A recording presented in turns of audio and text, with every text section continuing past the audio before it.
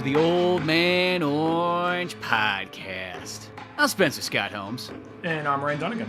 And on this joyous occasion, I don't normally drink Red Bulls or things like this, but I saw this and I was like, oh fuck, this all ties in. And I don't know if you can see this on screen. I know nobody at home can see this, but... Oh, again the fucking... Oh, it's got a fucking glare. It's literally a Street Fighter Red Bull and it has fucking Ken on the cover. Oh my god, Street Fighter Red Bull. Is it like a special flavor, or is it just kind of like, oh, to help promote like a new game coming out? No, it's the 30th anniversary of Street Fighter, and I think you get like, says snap to unlock more. I don't know if that's a Red Bull thing or... Because you know sometimes like Call of Duty and stuff and other shooters like Halo sometimes has had it where like you scan your monster in and get the points for Call of Duty so you can get, I don't know, something to fucking unlock. I don't know, shit, what do you want? But I don't know if you... What the fuck do you want? Well, Street Fighter nowadays, it's like, that game realized Costumes, they're like, oh, wait. Characters, maybe. Well, the thing is they probably looked at Dead or Alive and went, oh, Dead or Alive's a $600 game. Why can't we be a $600 game? Yeah, probably that blows my mind every single time I think about that. It's literally, if you want everything in Dead or Alive 5 for PS4 or Xbox One, that game's over $600. Fucking ridiculous. That is just... Yeah, I can't believe that right there. That is just... I think they're just kind of screwing over your fan basis, really. I mean, I know that it's like, they got expendable income, but at the same time, it's like, really, dude? Really? I know. I can't figure that one out. I don't know. It's beyond me. I mean, even Street Fighter 5, it's like, I like that game, but God, sometimes even the characters too, it's like, even if it's on sale, it's like, okay, it's all on sale for like $10 for like 6 characters. You're like, 6 characters, Jesus Christ. Remember in Street Fighter Alpha 3, I paid like $35 for that game or whatever, and it was like, gave you like 40 characters. Like, what happened to those days? Just saying. Yeah, I feel like we're getting less even in this time. I don't know, maybe because they realized they could charge us more. Maybe that's what it is. But I honestly feel like the further we go, the less we're getting, and it's almost, maybe it's kind of like a minimalist kind of thing. You know what I mean? I don't really know what, like, because it's like, I don't want to keep on doing this because it's fun to do. But like EA, for instance, they keep on, they put out that Star Wars Battlefront game. I feel like I have less choices in any Battlefront game, which came out like 10 years ago, than before. So it's like, oh, it's a nice graphics. I'm like, I don't give a fuck. It just, I know there's games, I know you can do more. Yeah, exactly. One of those weird things. But on this little retrospect, we want to remember the good days. We want to remember before everybody started nickel and diming us for everything. Back in the good old 90s, when you could walk outside and the sun was always shining and it was always a happy day. And no matter what, you could take your skateboard anywhere and the only person who's going to yell at you was a World War II vet. The good days. Old man McMillan telling you to get off to stop doing half pipes off his picket fence. How you managed to do that, I don't know, but you found a way. What's a weird thing is the other day, Bart Simpson your way into it. I know. I literally looked at myself in the mirror when I was I just literally was whipping on stuff after working out. I'm like, I just gotta go drop something off really quick. And I looked in the mirror and I was like, holy fuck, I'm dressed like a World War II veteran right now. And I don't mean like I was dressed in a military outfit. I mean like I was wearing fucking sweatpants, a vest, and a USS Hornet cap. And I saw myself in the mirror real quick and I was like, oh fuck. I mean, I haven't seen somebody look like this in a while. Not since you went to go visit your grandparents at the veteran home? Yeah, exactly. That's what I mean. Like, when you go to, like a nursing home and you see that old, guys that got, still, all his war stuff on. He's got the gray sweatpants on. And he's got, a vest to keep warm. And then he's still got his military cap on. And the reason I got that USS Hornet one is when I was in the Boy Scouts, I stayed on the boat for overnight. I consider that's reason enough to wear an aircraft carrier hat. If for some reason you had no connection to it, I feel like it's kind of weird to wear military stuff. But I'm like, that one day event was all I needed. I just how they're just looking at you how did you take down? You just pull out a fucking notch. Exactly. Well, oh my god. Look at that guy. What vitamins is he taking? Why does he look so good? Well, sir, he just has the hat on. Well, if he's got the hat on, he must have served. I mean, hell, the USS Hornet's been decommissioned since the 70s. Oh, I thought you meant my online score on Dead or Alive. Shit, no, that's what this is. That's what that is. I mean, yeah, shit. Yo, this is Boy Scouts. I just stayed on a boat overnight. I don't know what the fuck you're talking about. Yeah, shit. You gotta specify, old man. We have a bunch of heathenist, 90s kids, but still. I just remember the first thing, too, is, we went somewhere, on the boat, and they're just like, oh, okay, well, you guys can go walk around, look at stuff. And like my mom was the one like leading our group or whatever. And we literally see like, it's like, oh, I wonder what's down this dark hall. And we're like, I don't know, let's go find out. So we literally pull like the little like rope thing that's covering it there, just take it off, and it's Boy Scouts, so everybody's got a fucking flashlight and shit. So we're just like all walking down the dark halls, like exploring this like aircraft carrier, looking for haunted shit. And then all of a sudden, this like guy comes down like in the museum. He's like, well, "What the fuck you guys doing down here? You're not supposed to be there." Like, I don't know. We had flashlights. How we don't know any better. Shit, we were exploring a boat. You told us to explore the boat. You know, you're not supposed to go past the rope. Well, we're Boy Scouts. We're equipped with this sort of stuff. That sounds almost kind of, we had flashlights. Like that was our reason for breaking the law. Well, at the same time, though, that just sort of seems kind of like, I'm just thinking like a top-down kind of like NES Game Boy RPG of some kind. Just like, you can't go in there, it's too dark, you need a flashlight first. So you just have to get the flashlight, we'll hold it up, then go back down there. Yeah, once you get the flashlight item, you can move on. You're just thinking like NES logic, that's all. Yeah, old-timey logic. Or like, you know, use it before you get the Flash HM and like Pokemon, or just like hug the walls until like, I'll get out of here eventually. See, Pokemon was actually really breaking ground when you really think about it at the end of the day, because it lets you just go in there and go, yeah, you can go in there if you want. Can't see fucking shit, but like, give it a go. Like, whatever. We're not your fucking parents. I got through it too. I got through it too without using Flash. Dun dun dun dun dun dun dun dun. You just have to walk into a Zubat every 5 fucking seconds. Yeah, exactly. Oh, God. God damn. But in remembering the 90s, we go back to the good old times of 1994. What a great year. You know, at that time period, we had things like Pulp Fiction and True Lies and some other fun stuff. But at the time, there was a humongous movie that came out, or at least a humongous movie if you were a 90s kid.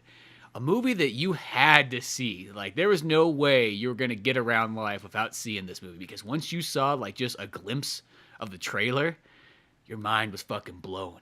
Because this was coming from somewhere distant, somewhere far away, that you didn't know was producing all this great stuff. I mean, you were playing it, but you didn't really get it right away. And then comes Street Fighter II, the animated movie, which was such a fucking awesome flick. Now, when was the first time you ever watched Street Fighter 2?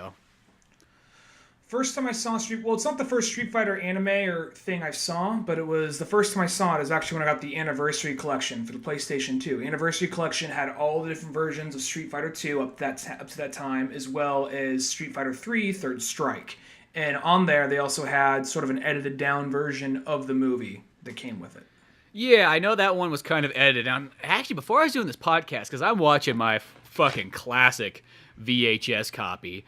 And now that wasn't the first time I saw it. I saw it when it came on like HBO, and it was like, I just remember turning it on. It's like, oh fuck, Street Fighter's on. It was like early in the morning. It's like, oh my god, this is so amazing. It's like, I'm seeing anime, and it's a movie, and it's an adult movie, and it's just so awesome. And at that time, you didn't even call it anime. It was like, it was a fucking cartoon, and it was adult, and it was so cool. You know, yeah, I remember the American cartoon, at least like 1 or 2 episodes of it. They're trying to do like a G.I. Joe kind of thing with it. Oh yeah. There was the American cartoon as well too, but I saw this before I saw anything else Street Fighter. Cause God, what year did the Street Fighter the live action movie come out? I think it was 94.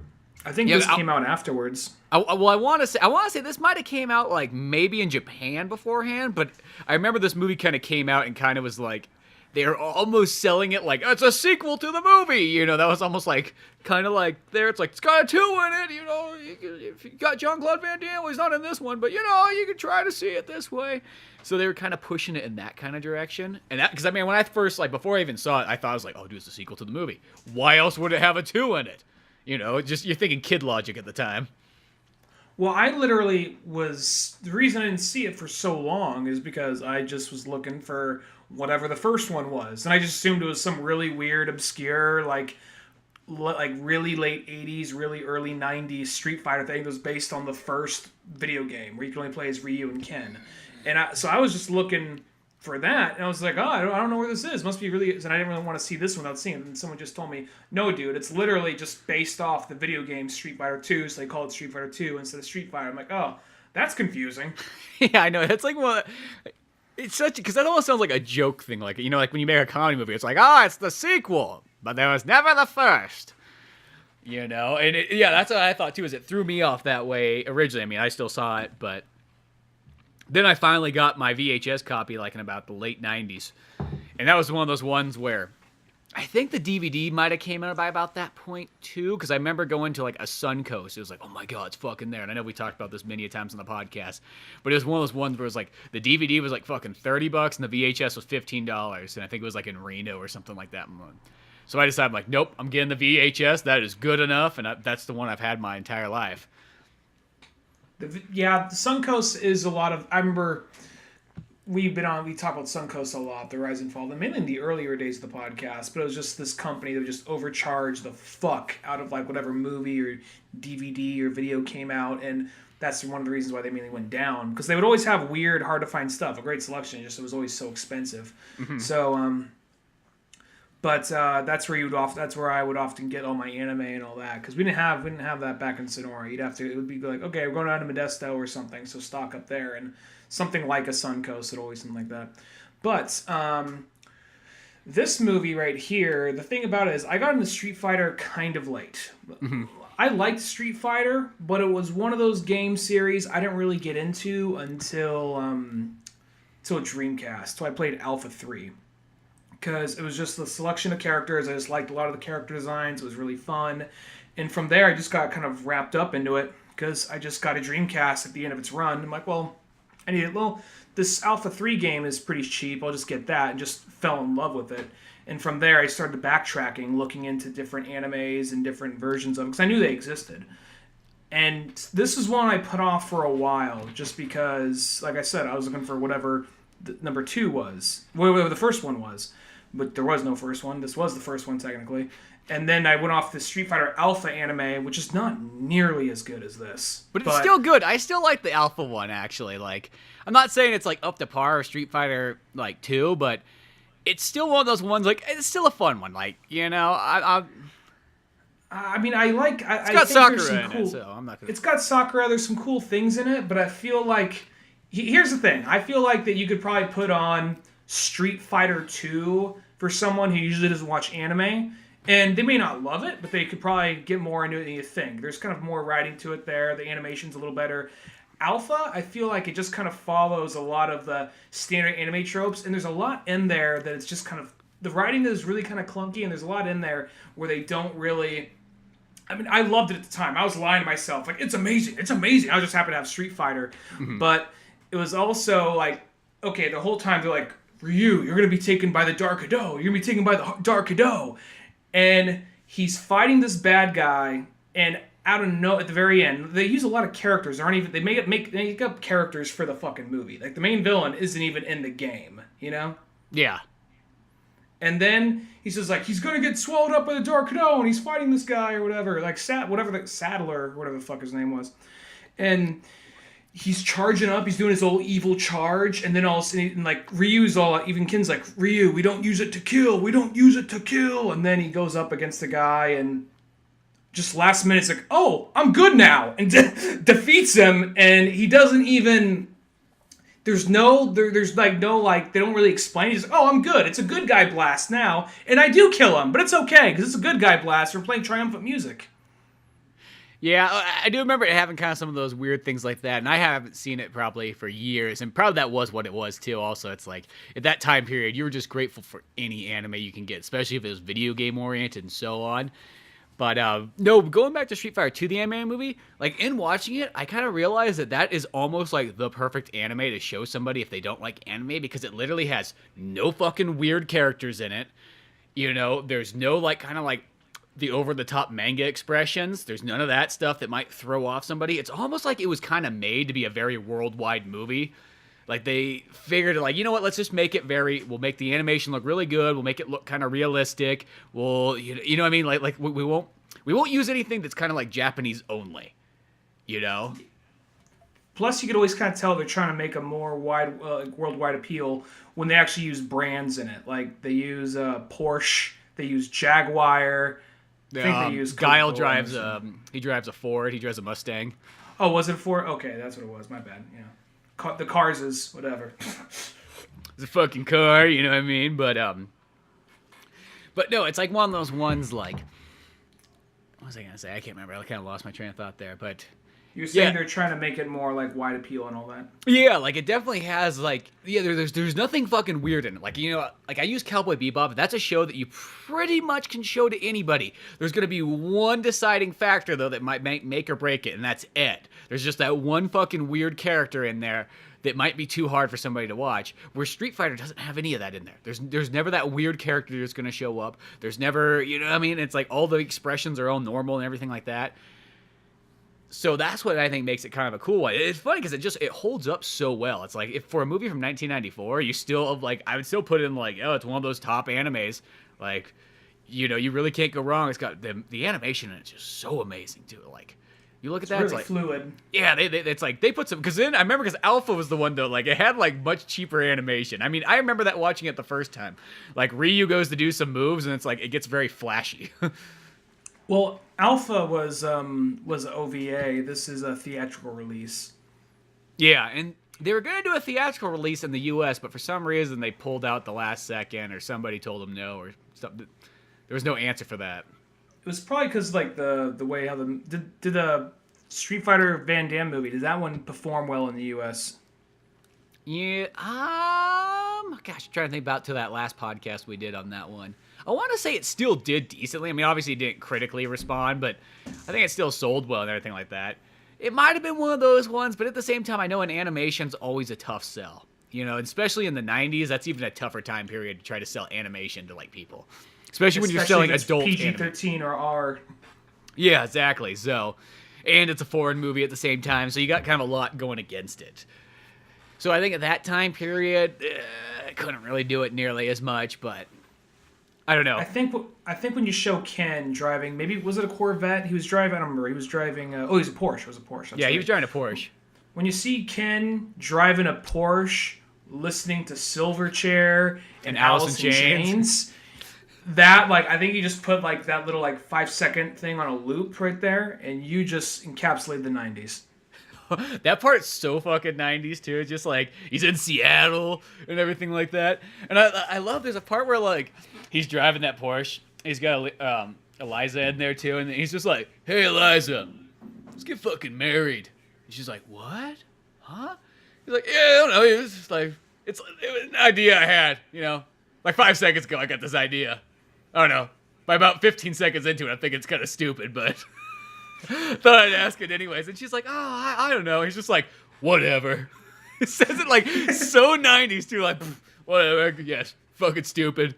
Guess we don't have to get married, fuck it." Look out for the Capcom car! Yeah, look out for that. Oh, fuck. And then like at the very end, she's like, "I don't know, maybe I'll reconsider."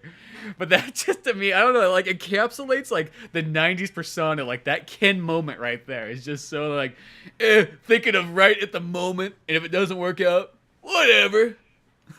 Pretty much.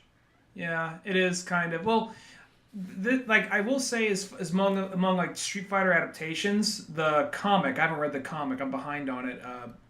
When I read like the first few runs of that, this is probably my favorite.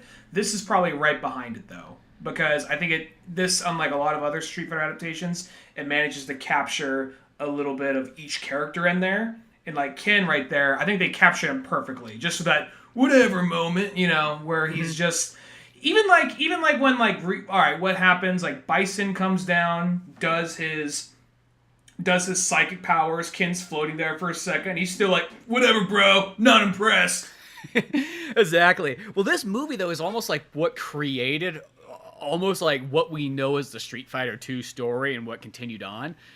Because it's like, okay, yeah, you pulled out the manual. You had a little bit of like the kind of what was going on, but not a whole lot. But this movie even like, it changed like the way a lot of Street Fighter stuff was. It gave Ken the longer hair in the games. It made Bison have that bigger, stockier look once Alpha came along. It had it where, just certain elements, like they used like a dark Ken bad guy in Alpha. Even Alpha 3, the final battle has a very similar look to the movie as like Ryu battles Bison.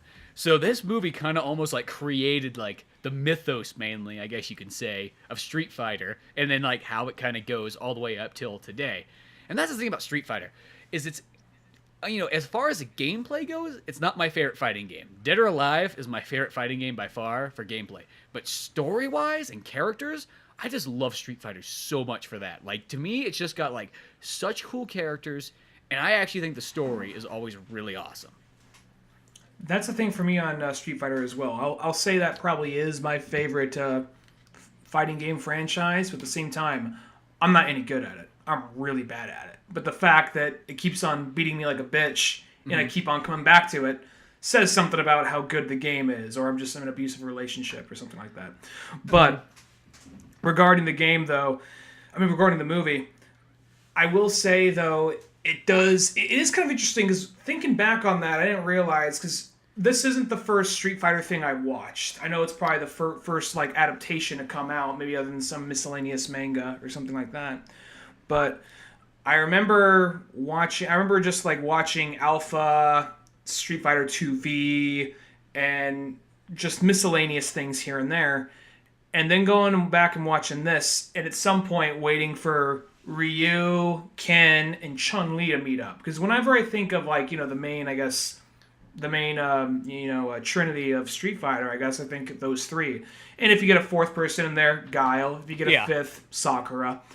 But it's kind of weird knowing, like, because whenever you read a comic or whenever you see an anime, it's always usually those three teaming up. And it's usually kind of like Ryu's the main character of one story, Chun-Li's the main character of the other story, and Guile serves as Chun-Li's Ken, kind of to an extent. Well, the weird thing in this movie, I think, if you think about it, does Ryu and Chun-Li and Ken ever, like, they never meet. They never meet. It's kind of odd. It's one of those ones, like, Guile's almost like the connecting character of everybody. He's like the glue that, like, brings everyone together.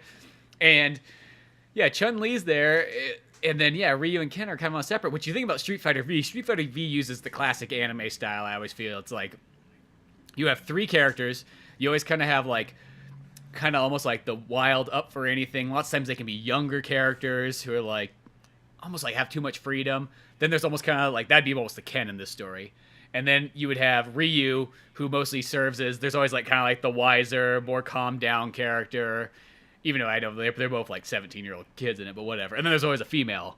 Cowboy Bebop has this, Samurai Champloo has this, Inuyasha has this. Like, so many animes have that, like, three character. I mean, you can even almost say this is a little bit different. Even something like Full Metal Alchemist has that to an extent. Mm-hmm. I mean, it's more just, like, two men, but what's her name? It's kind of Winry. Yeah, Winry. So you see it a lot there.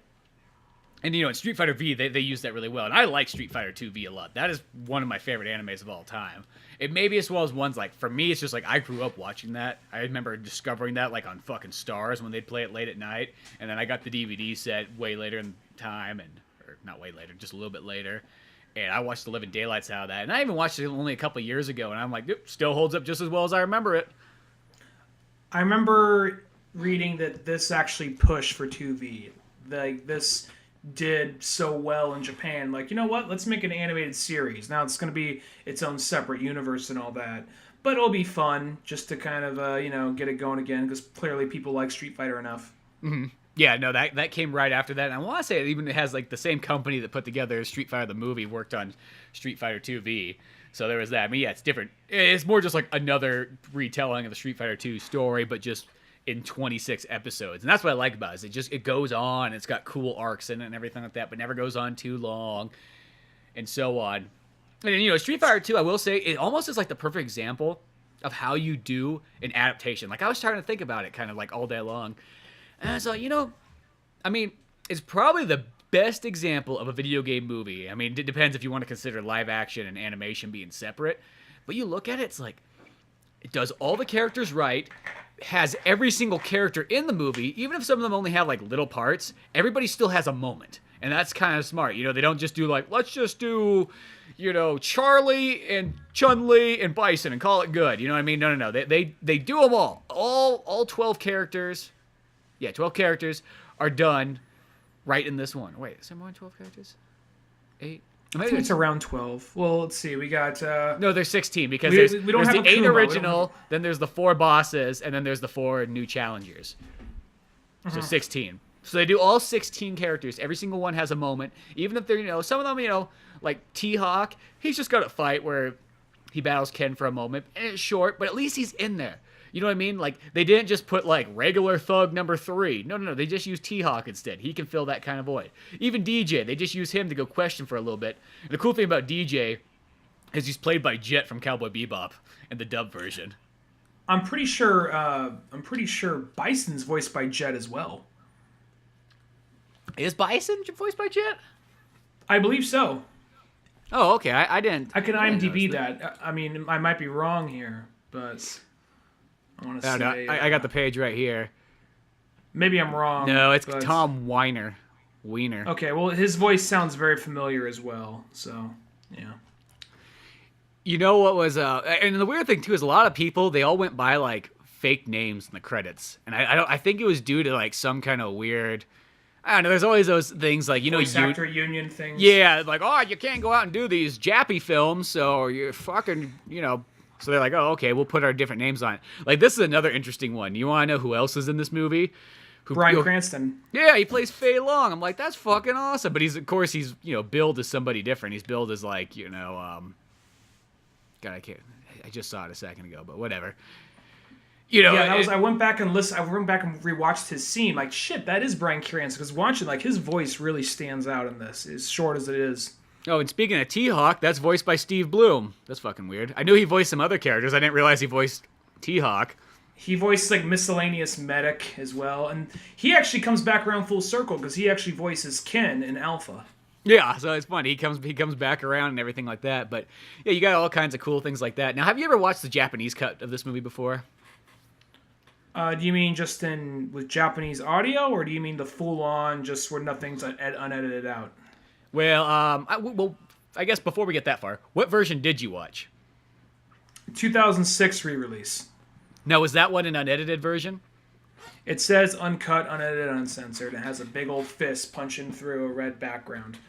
And because I remember, I want to say that came out like No, it couldn't have come. It had to come out with some kind of special. It was some kind of. It must have been a Street Fighter like anniversary edition or something like that. But yeah, I remember when you got that one. I want to say because that was always the fear like when buying that movie. That's why I haven't actually bought it on DVD or Blu-ray yet, because I can never tell if the DVD or the VHS version I have is uncut. But a lot of those DVD ones kept coming out for a while. Like I think that one you have was finally when they got it right. But all the ones that came out before, like the one you had on your PS2 version and so on, like they kept putting out these cut versions where they cut out. I mean, at the end of the day, you probably weren't missing much, but they cut out a little bit of language. I think maybe just a little bit of violence, and then they would always cut out, I think, like Chun-Li's like little butt crack part. I think that's all it was. Like when it pans down, for some reason that was like sending up red flags to somebody.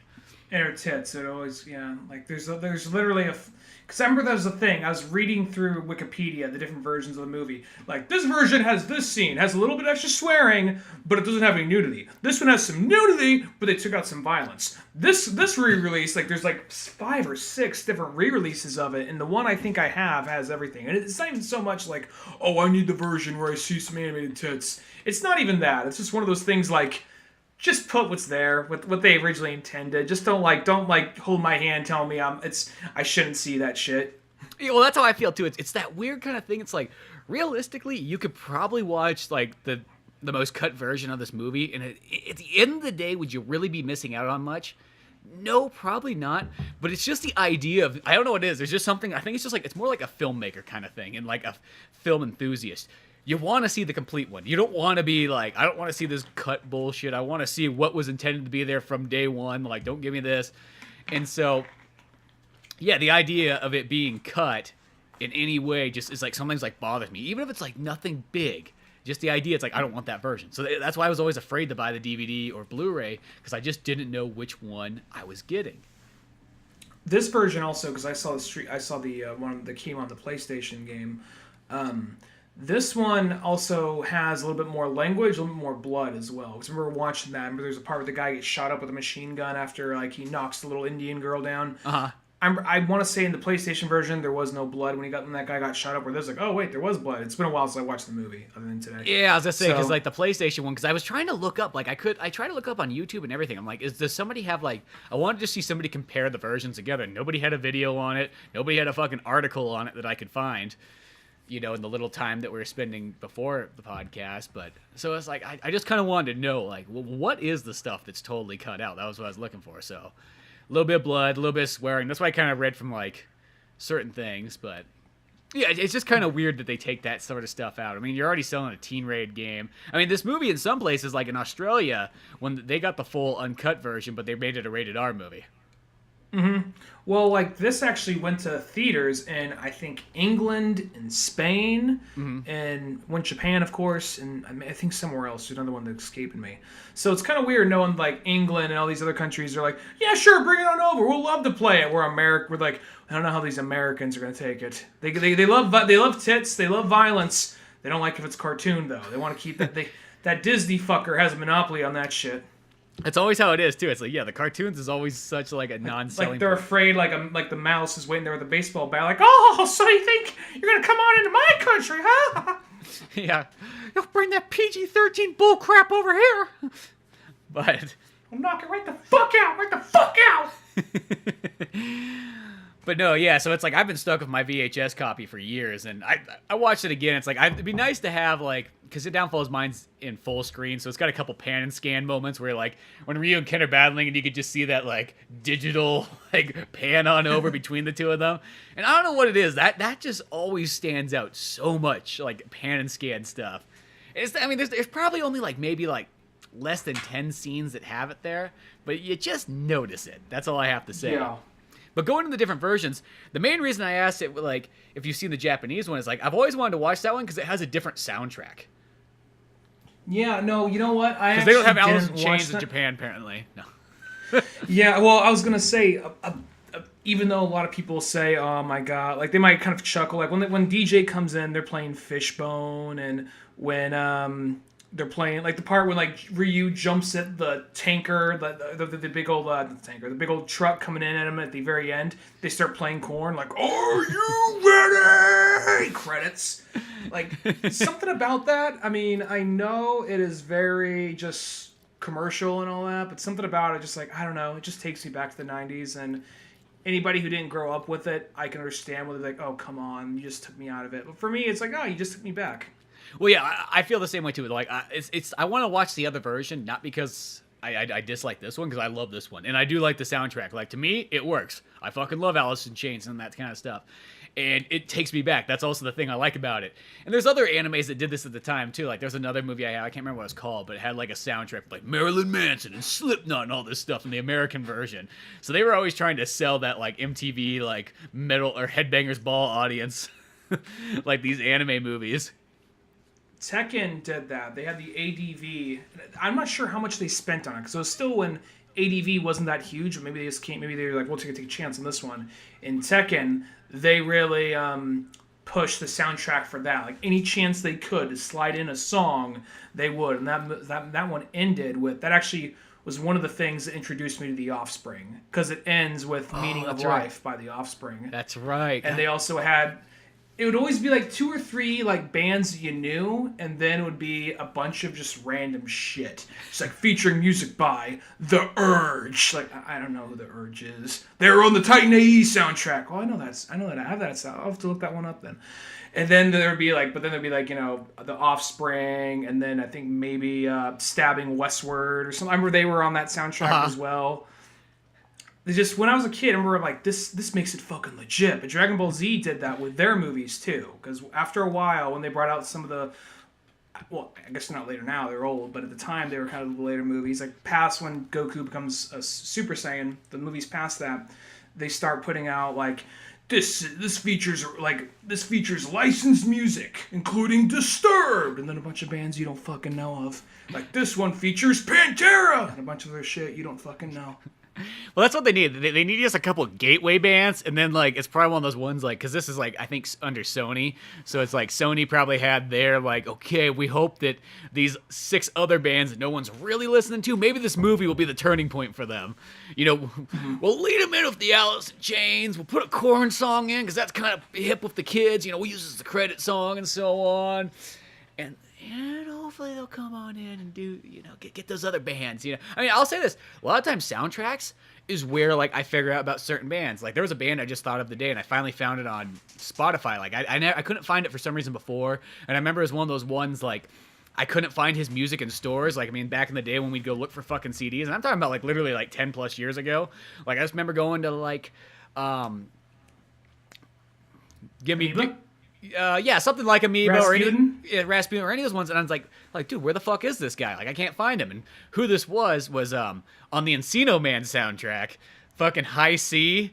You know, we used that one song in the Drunk Batman and Robin live action movie. Like, I couldn't find that fucking guy's like albums anywhere. It's like, dude, does nobody have this guy's music? And I would like check all the sections. Like, dude, he's not there. And I finally found him on fucking Spotify today, and I was so ecstatic about it. He's like a knockoff Eazy-E, but that's not a bad thing. Is he the is that the song that Robin's all headbanging to, and he's all like, "Oh, the ladies they love me." That song. Yeah, the Jerry Curl song. Jerry Curl song.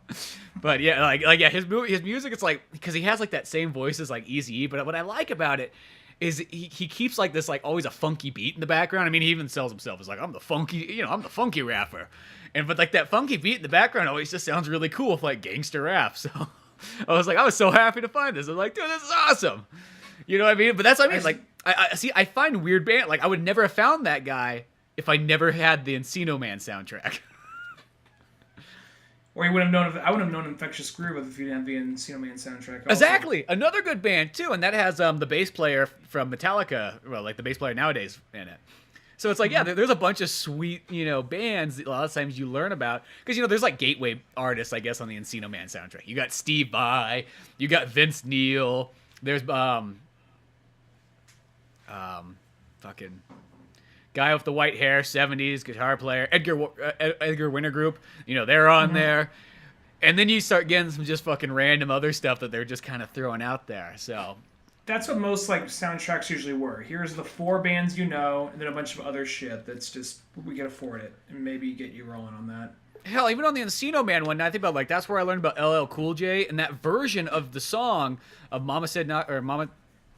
Mama Said Knock You Out. Mama Said Knock You Out. Like that version's not the same as like the ones on his albums. Like that Encino Man one's different, and it's like that's the only place I can ever find that, and I like that version the most.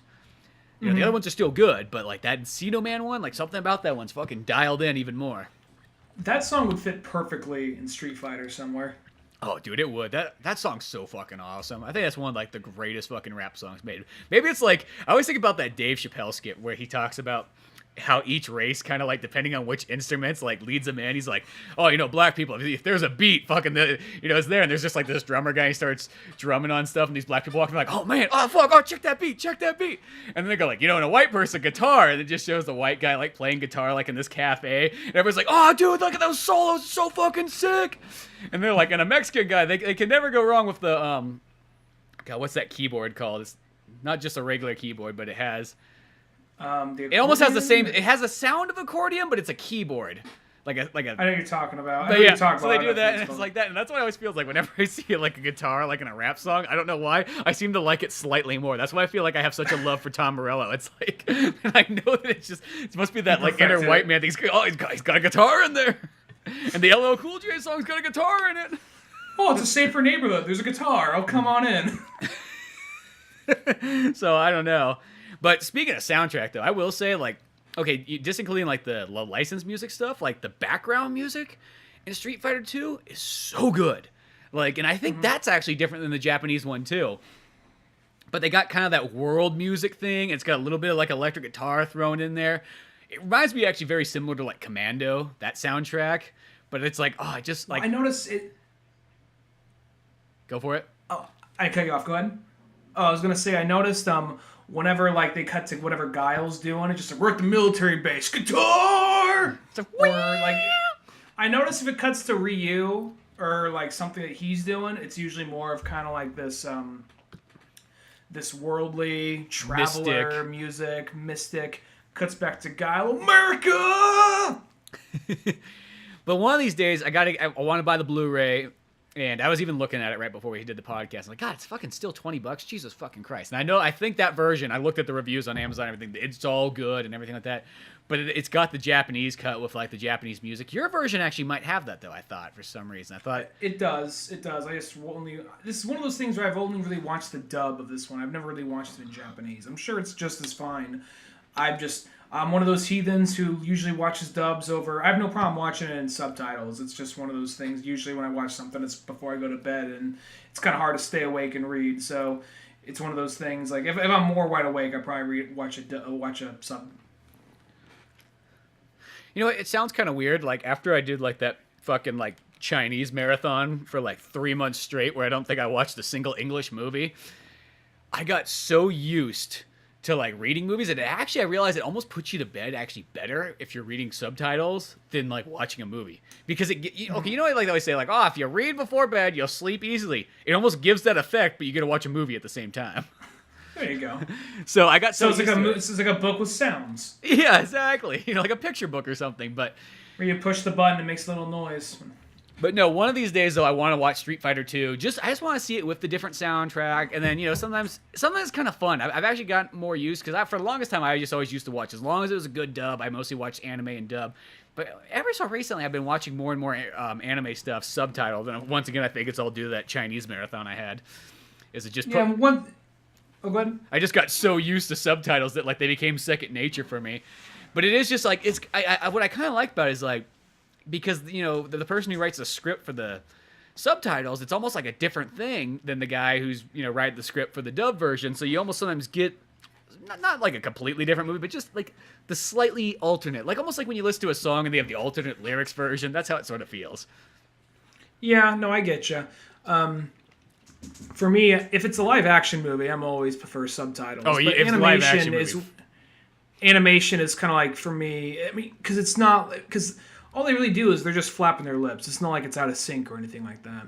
So, and the thing is, I guess because I'm used to Cowboy Bebop, and that one, I don't care what people say, I think the dub to that one's superior. So, but there are those, like watching in Japanese is never going to stop me from watching an anime. It's just one of those things. I'm just used to watching the dub. That's all it is. But this is actually one. Now that you mentioned that, because I didn't think about that. They probably did take out Alice in Chains. It's probably not even. I was thinking for a second. I wonder if they have just like Japanese rock bands in there, or it's just like a Japanese karaoke version of it. It's from the band Shogun in Chains. It's just like a knockoff version. Well, I just want to know, because it's like because I'm assuming it's probably not like a bunch of like fucking industrial metal bands and grunge rock stuff. I bet you it's more. I can see when Ken's driving and he's listening to music, I can see it just being a generic guitar solo. Yeah, exactly. It could be something, but like I just want to know. It's more just I want to know. Why not? Yeah. Like I'll say it's Cowboy Bebop. I'm not gonna say that the American version is like superior. I just think to me it's preferred. Like that one's got such a strong dub that I just don't think it's necessary to like go out of my way. And like I'm 100% fine with it, and that's the way I know. It's almost like Dragon Ball Z too. I know some people always tell you like, oh, if you watch the subtitle, it's that much better. I'm like, yeah, but my whole life's been Dragon Ball Z. In English. You have Piccolo's voice, you have Vegeta's voice in your head. Yeah, they haven't. The idea now, that'd be like going back and watching Batman the Animated Series and watching it in a different language. Like, why would I do that? Mm-hmm. You know what I mean? Like here, watch the French version of it. Like, no, I want the Kevin Conroy version. I'm sorry, but then again, there's other animes like, well, and I'll say this, actually, animes that I haven't seen, I actually will a lot of times just go straight to the Japanese version. Because yeah, when I was watching like that, like the new Sailor Moon one, I just watched straight in Japanese. I'm like, fuck it, I don't want to. I'm afraid of what Sailor Moon's voice is, because I remember what it was in the other show, and she sounded fucking retarded. Even though I'm gonna say this, I think she still sounds kind of retarded in the Japanese version. I don't know what it is about her voice. She just always sounds like some type of goof. I know that's who the character is, but I remember watching. Sometimes you'll find some interesting things out when watching in subtitles, because I was watching Black Lagoon, and there's this part in Black Lagoon in the English dub where Revy's going up to this guy, and the guy puts his hands up, I get, like, give me what? Like, what? You give me what? What the fuck are you gonna give me? It just unloads on him. And then you watch it in Japanese, and suddenly he's speaking in English, and he's trying to say like, I give. He's stammering, and like Revy is speaking in broken English, kind of like, what you mean? What you mean? It's just enough to get the point across, and they just have this whole conversation in broken English for a second, like, oh wow, that's interesting. I didn't even know that was fucking there. That's always kind of weird. Like, it got a lot. There's some of these modern Chinese movies I've been watching too that all of a sudden they start using fucking like English like slang, like it's in there, like, and it's all of a sudden you get this moment where you're like, oh fuck, am I after like all these years of watching subtitled movies, am I finally starting to know Chinese? Like, you're like, oh no, they just spoke a couple words of English, but like it gives you like, there's that moment where you're like, oh fuck, am I just starting to translate it all now? Like, am I hearing it like in English as they're saying it? Like, did I finally get it? Oh no. Donnie Yen just used an American sentence. That was all it was. Oh, okay. I thought I was gaining powers for a minute. I know. I thought it was like that scene in 13th Warrior when Antonio Banderas just picked up on a whole language after 2 days on a boat.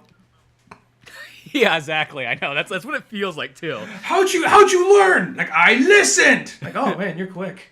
Yeah, that's all he says, because he doesn't say a single word before that and stuff, and all the Viking guys are like, you know, just laughing away, fucking jerking each other off, not thinking this guy can see anything they're doing, and then next thing you know, he's like, I listened. I'm Antonio.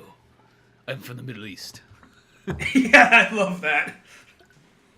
I am an old-fashioned terrorist. That's a great fucking movie, though. Antonio from the Middle East. I watched that again not too long ago, and I hadn't seen it for fucking ever, and it's just like, oh, dude, it holds up so well. But I remember just like the more realistic version of Beowulf. Yeah, it's kind of like that. I mean, it's pretty much like a Norse movie, so that's kind of what it is. Maybe kind of still want to read the Michael Crichton book, because I'm like, oh, that's a fucking sweet story as is. We know Michael Crichton would only add to it. Mm-hmm. But that's not Street Fighter now. Yeah. How do we bring this around? Antonio Banderas will play a good Vega. There we go. Got it all around. Yeah. I always like how Vega's pretty much just like a rapist at the end of the day. He is. Well, it's like one of those things. You think a guy that looks as good as him wouldn't have to be. Wouldn't have to be a rapist. Would have to like creepily spider crawl on the side of a girl's room, because that always happens. It happens in this movie. It happens in Street Fighter 2V. It happens, I think, more than once in the comics. Yeah, exactly. Yeah, that's the weird thing. That's like Brad Pitt being a rapist. You know what I mean? Like, it's just odd. He doesn't need to try that hard. No, it is, and it's the mix, because even though Vega, I will say he's always been one of my favorite characters. Like, I maybe it's probably just the way he looks. I don't think it's necessarily like the way his personality. I think the way he looks and everything and his design has always been awesome. And I remember just being a kid playing the game. It's like, dude, that character looks so fucking awesome. He's climbing on the background of the game. Like, what the fuck? Yeah. Like, I think I'll say that whole scene, like, because we're talking about them using licensed music. That whole scene where Chun-Li and Vega are fighting in her apartment. That whole scene, they're playing that "Just Give It to Me." It almost sounds kind of more like industrial, like rock kind of dance song. And that right there, I remember they used that song like in every manga promo. They're like, okay, we got a hold of this thing, so we're gonna do like this whole like scissor reel of our major properties. We playing that song over it. Like, that was almost the manga theme for a while. Yeah, I remember that, and you'd see all like the other movies coming on out. Mm-hmm.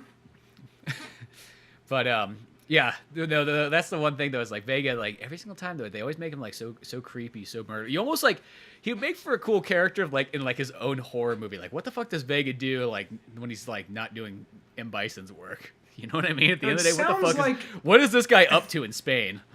I didn't think about that. That's a good idea. That sounds familiar. It almost sounds like a very like, you know, what's that dude's name? You like him a lot. He did Starship Troopers, Total Recall, and Paul Verhoeven. When he's not doing Paul Verhoeven. When he's not doing sci-fi, he's doing like very bloody, pictures. Very sexy movies.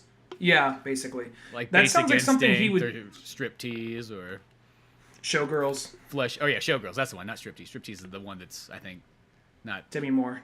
Yeah, and then like Flesh and Blood, which is like a mix of all that. So yeah, it's weird. He likes hardcore sci-fi, and then he likes weird, like, it must be a Belgian thing or a Holland thing. Well, that seems like that sounds like a movie right there that he would do, like Vega. Just he's like this master bullfighter. He's also a serial killer on the side. But that sounds like a cool story, though. You know what I mean? Like this guy, it's like, he's this bullfighter, and like, all of Spain loves him. He's beautiful. He's a celebrity, everything like this. But he's got this dark side to him, and like at nighttime, and like he pulls in men and women, and fucking like slowly likes to like torture and murder them. Mm-hmm. And rape them too. Why not just fucking throw the rape in there? It's just go the whole distance. The Paul Verhoeven movie. Why stop there? And it could be almost like the anti-Avengers movie. After this like Vega one, at the very end of the movie, if you wait past the credits, M. Bison shows up to start the team, and then the next one we got the Balrog movie. It's so about this guy discharged from this guy. Like, I want to include you in this thing called the Shadow Law Initiative. Like, oh fuck, they're doing it. Yeah, exactly. See, that'd be kind of a cool one though, but a weird angle. Yeah, it's a different angle. You're getting it from there. Like it's like the M. Bison's like your Tony Stark, putting together the team. I almost feel like Balrog would almost be kind of like a sadder version of Raging Bull. Yeah, exactly. Like here's this guy. He was on top in the '80s. Like let's put in the '90s. Like we'll period piece this shit. Like the way that it says in the booklet of Street Fighter 2 when you get it, you see that Ryu was born in 1964. It's kind of weird how much detail they used to put in those little manuals when the game came out. I know, you had their fucking stats, you had their blood type, you had a description, their bio. Well, I think at the time period though, once again, it's like you didn't have cutscenes and things like that really flesh out the story. So the manual was really what was fleshing out the story for you and fleshing out the characters. But yeah, like the Balrog, you could almost do the Balrog one too. Like maybe make it like it's sort of almost like this wrestler-like thing where like he was really on top, and then all of a sudden shit started going downhill, and he's on this downhill spiral. And when M. Bison finds him, he's like, dude, I can bring you back. I can put you back in top. I got this casino, the Shadowloo Casino down here in fucking Las Vegas. We'll set you up here. We'll get you your prize fight again. I know that fucking, like, when you decide to bite that guy's dick off in the ring, it was like, we gotta up it. It can't be like biting an ear off. It's gotta be more extreme. Like, that's what got you banned for a while, but we'll bring you back. Well, I think it's interesting, the whole thing, and most people listening to this probably already know, but the weird thing they did where they just, like, switched all three of their names around in a weird way. Because they used Balrog. Vega in Japan is called Balrog. No. Bison in Japan is really Vega, and Vega is called Balrog. And did I mess that up? Yeah, well, no, you got it right. Bison. Yeah, because Bison is Balrog. So Bison's the boxer, and they thought that was too close to Mike Tyson. Well, because it was the M, because it's M Bison. So when it's Bison in America, it means Master Bison, but in Japan it means Mike Bison. For Bison, it means Mike Bison. For Balrog. I never thought about that. Like for some reason, it's M Bison. So Master Bison here, there Mike Bison. For some reason, I thought the M was always still on M Bison's name, and I thought it was like Master Balrog. That's what I always thought this whole time. But I guess that makes sense there. And then the weird thing though is like why they switch Vega's name. Like you could just see like swapping two of them, but why they had to do like a triangle spin around. Yeah. He looks like a Vega, so. And it's like it's one of those ones. I mean, maybe it's just because we're used to it because of the being in the U.S. I feel like the names fit much better like in that way. Like when I think of that, like the idea of Vega not being called Vega just sounds so like his name. And Balrog, that to me, that character looks like a Balrog. You know what I mean? And Bison, like Butchin, come on, that works so well. We're gonna take a quick break right here, but now a word from one of the funniest cartoon sitcoms that you will ever see. Our buddies, the Bruvs. We interrupt this programming for an important announcement from thebruvs.com. We hear you got something to tell us. Funny business that is deadly serious. Don't be afraid. Meet Doug. That was a sound beating. Meet Den. Not the face. Ow. Meet Chantarelle. It's the biggest disaster ever. Meet all the gang at thebruvs.com and on Twitter, Facebook and Insta. All at thebruvs TV. Not many. We are the Bruvs. People are dying to meet us. thebruvs.com. adult comedy animation, and much more. You'll like it because we say so. I like the part when he encounters Ken, and Ken is just like, "Listen, Buffalo, whatever the hell you call yourself." Yeah, I like that. That line works. It's just like, whatever, I don't give a fuck. 90s. Ken just doesn't care, and I like when he doesn't care. He's like, "I miss my bro, my bromance." You know what I mean? All the money my father gave me can't, match to, like, the times me and Ryu spent together. Fighting, punching, swimming naked, circle jerking at night. The happiest he seems is when he's in that flashback with Ryu, and he's giving him a noogie, doing that thing. Yeah. Beyond that, Woogie, he's just... woogie. Oh, whatever. Yeah, whatever the fuck he says. Yeah, he says it different, like... And then he says, I like he like even emphasizes, like, "You're so sensitive." Yeah, exactly. He literally says it like that. So it's one of those things where, and then you see him like with his girlfriend. He's like, "Whatever, I'm driving my Porsche. I'm in Seattle. Sometimes I go to San Francisco because what the fuck, why not? And listen to Alice in Chains. And I got my model girlfriend, and it's just not the same. I'm not fighting my bro. I'm not training as hard as I could, you know." Where are you, Ryu? It's always like that question in the movie, like... And then Ryu's just like ultimate hobo. You know what I mean? He just travels the earth like King in Kung Fu. Yeah, well, he's doing it a cool way. You know, they make him the likable hobo. That's the thing, though. It's like, who doesn't want to, like, I look at that Ryu lifestyle, and it's that one where you kind of go, fuck it. Like, I don't know how many times in my life have I, like, got to the point where it's like, dude, maybe you should drop everything and fucking go to Japan and fucking train like Ryu and Ken. I remember there was at one point, because me and Josh Bullock, who's been on the podcast, fucking 200 episodes ago by now probably, but still, our good buddy, whatever, we've talked our whole life, because, we've watched fucking Street Fighter, played Street Fighter, fucking, we were always, like, back in the day when we used to do characters, and, like, be like, oh, well, this is who I am in the game, or this is who I am in the movies, and so on. He was Ryu, I was Ken, and so on. Which I remember somebody came up with the idea, they're like, when they started calling it the Character Club, I don't know what it was, that almost made it, like, instantly stop doing it. Like, the second that it had that dumb fucking name, it was almost It was like... Casey that called it that, too, wasn't Yep, it? it was Casey that called it the Character Fucked it up. He called it... The Character Club made it sound so fucking gay. Like, the That longest club was time I something thought at that the was end, such it a just cool sounds thing. dumb. Yeah, it just, like, ruined it all for it. Well, that and also, too, is, like... It's one of those ones that, like... Once somebody said it to, like, the public, too, is, like, one of those ones, like, almost... I remember RJ said that to, like, just regular people. Like, you almost had to put your hand on your shoulder. Like, dude, I mean...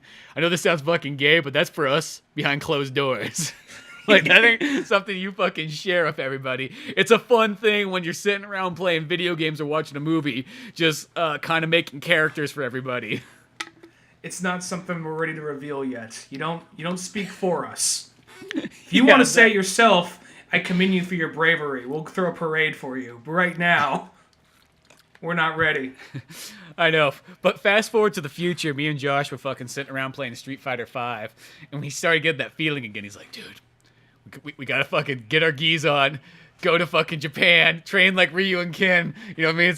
He's like, I'll just go home, I'll put a fucking note on the baby. I'll just says like, me and Spencer going to Japan to be Ryu and Ken. See you in 6 months. And then we were like joking, like, you know what's gonna happen? We're gonna get fucking 1 month in there, fucking lose all our money. Calling back, being like, none of the dojos would let us in, and they took all our money. Well, you tried. But at the end of the day, though, I look at that, though. I look at Ryu and Ken. I mean, I know Ken, like, let's just disinclude Ken having all his money. Just Ryu and Ken training in that fucking dojo. It doesn't matter which Street Fighter it is. It can be comics, this movie, Street Fighter V. I don't care what it is. Like, I look at that, and I go, dude, that is almost like the most perfect life. Like, I just being there, training in martial arts, getting your regular Nintendo and getting a Mega Man copy in the mail, if you're watching that Street Fighter movie. Oh, yeah. But, I like how that one really committed to the time frame. I know, I like that, though, too. I gotta give it credit for that. But, yeah, I just look at that, I'm like, dude, it's just, like, so awesome. We're just fucking in that, like, scene where, like, Ryu's, like, climbing up the side of the fucking mountain in, like, India. And then he's, like, at the top up there, like, fucking throwing punches against the, you know, the wooden statue with the fucking ropes on it. Fucking at E. Honda's house, which, God knows why E. Honda's living so far up in the mountains. But I assumed that was just a shack. I didn't assume that he was staying at E. Honda's house. I assumed that, like, That was a shack.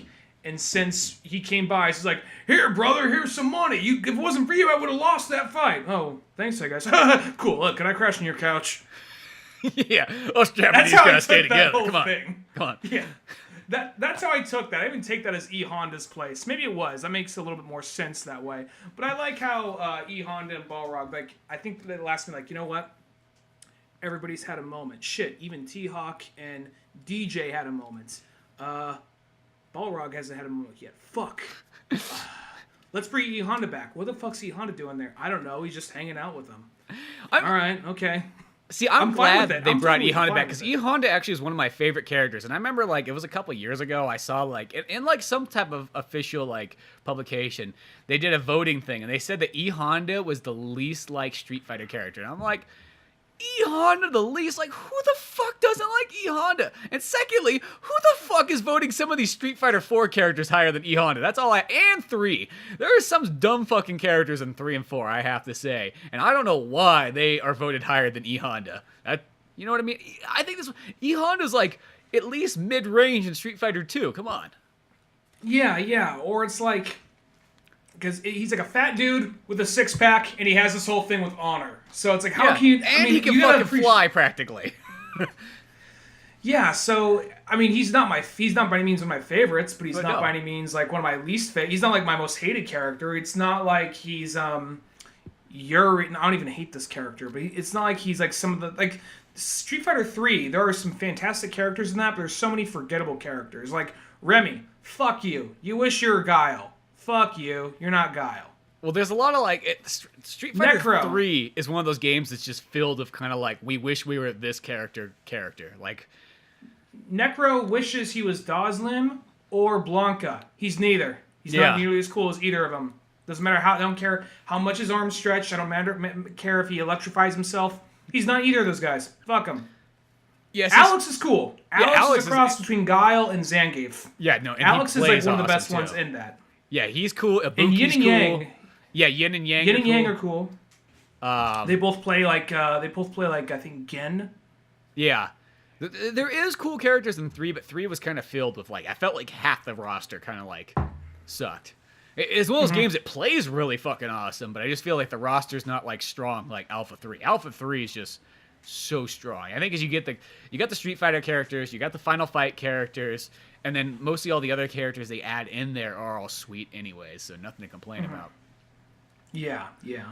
But going to this movie though, I think I just kind of think it's funny how for a second after you get like a short little fight with Balrog and E Honda, they have that total lethal weapon moment, like shit. Going Like off that's the one of those things I don't think I'd see like in an anime usually. I want like that is one more of those things where you think they're trying to reach for a wider audience just because of that humor right there. Because I remember watching that in the PlayStation version, not hear him say that. So right there, watching this version again, like oh yeah. No, I love that kind of stuff. This is kind of funny. I don't know how I got on this, but it was just like only a couple weeks ago. I was flipping through Street Fighter stuff, and then all of a sudden I started seeing the covers. And the covers on the Super Nintendo game, like, I really want to know who the fuck was putting them together for that game. Because, like, the very first Street Fighter, just Street Fighter 2 on Super Nintendo, and I'll say this Genesis has fucking great covers, but the Super Nintendo has fucking odd choice covers. Street Fighter 2, it's got a picture of fucking...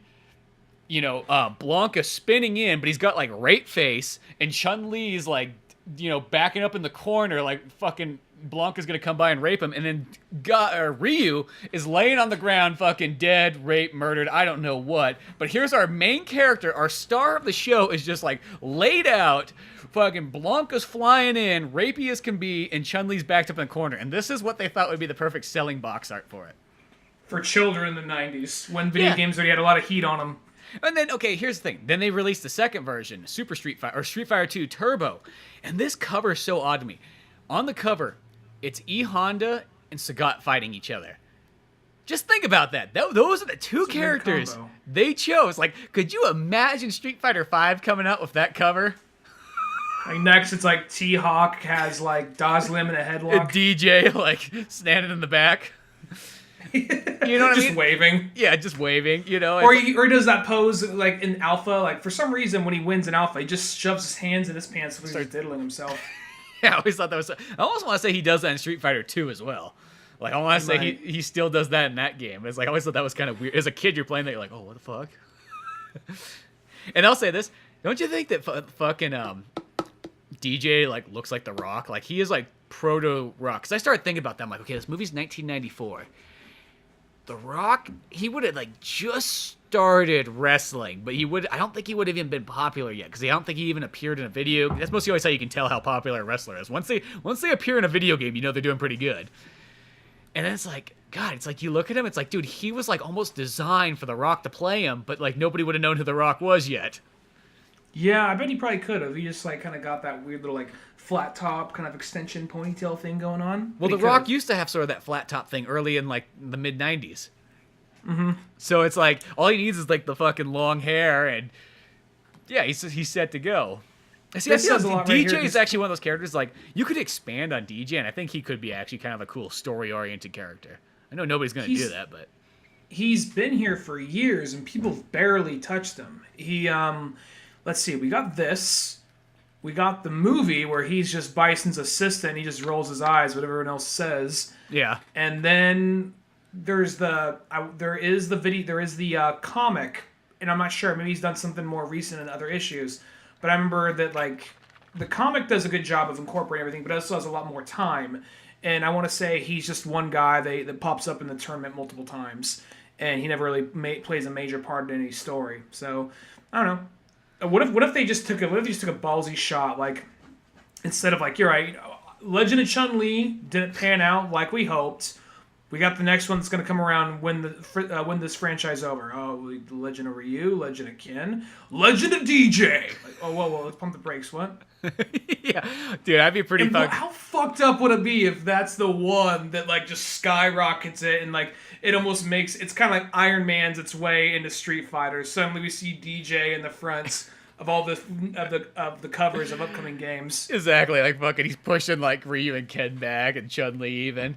Well, dude, here's the thing: if you did the DJ movie and you had the fucking Rock playing him, fucking Dwayne the Rock Johnson's in there as DJ, come on.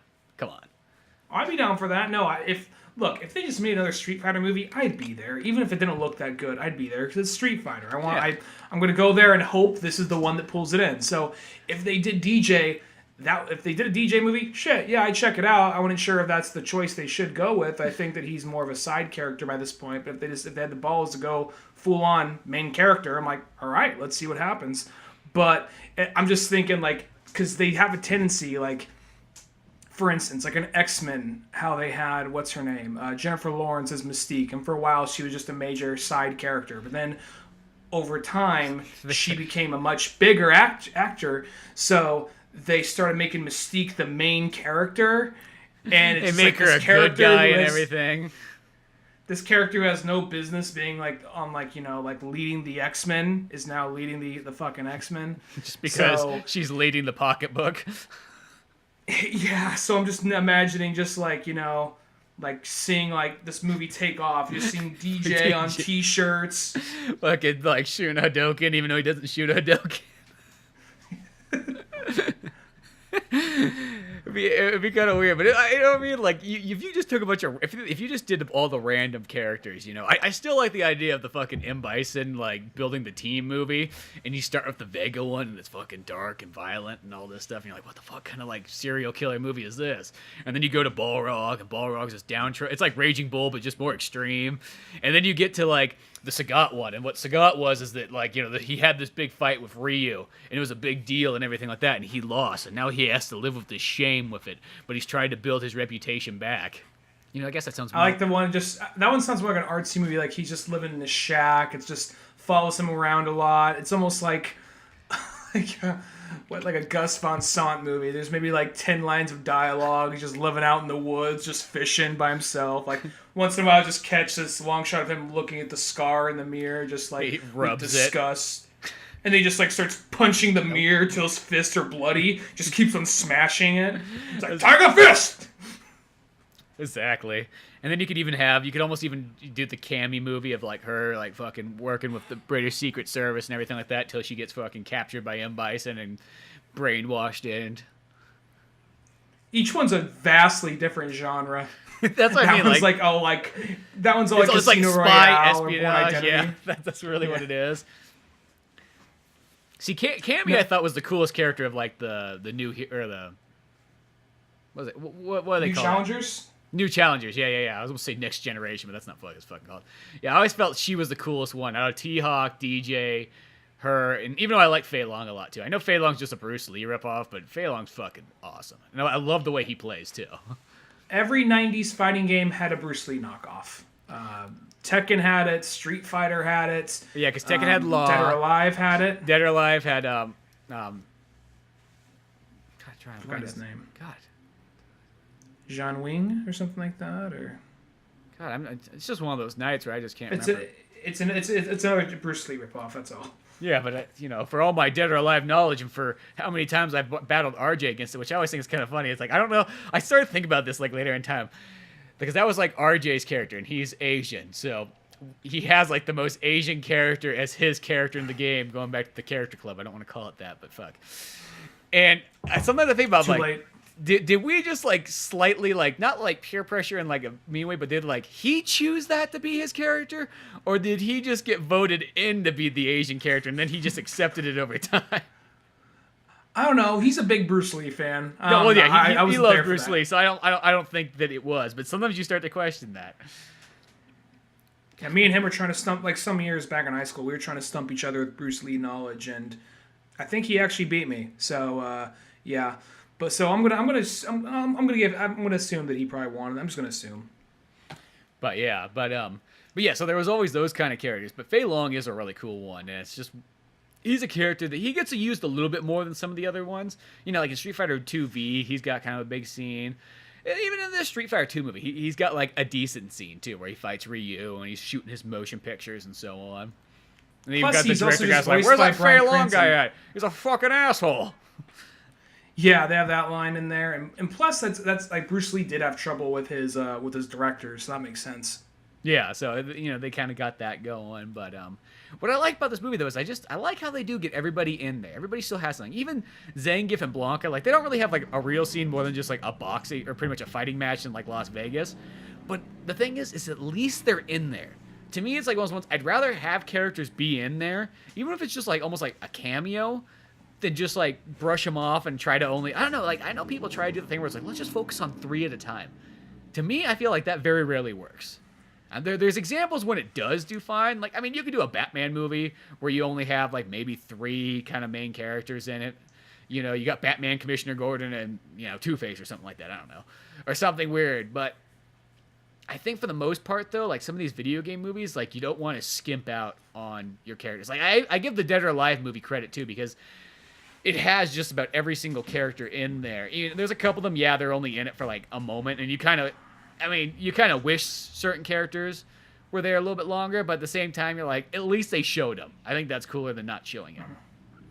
Well, this is Street Fighter. I'm surprised Street Fighter is one of the only ones not to do it, but like nearly every fighting game movie just does the Enter the Dragon thing, where they're all brought to some secluded area.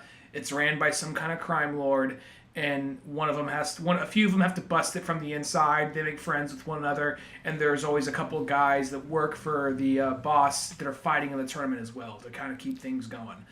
Dead or Alive did that. Mortal Kombat did does that. There's probably another one getting by me that I'm forgetting at the moment. Tekken doesn't do that. I don't think Fatal Fury does, but doesn't the Tekken live action movie do that?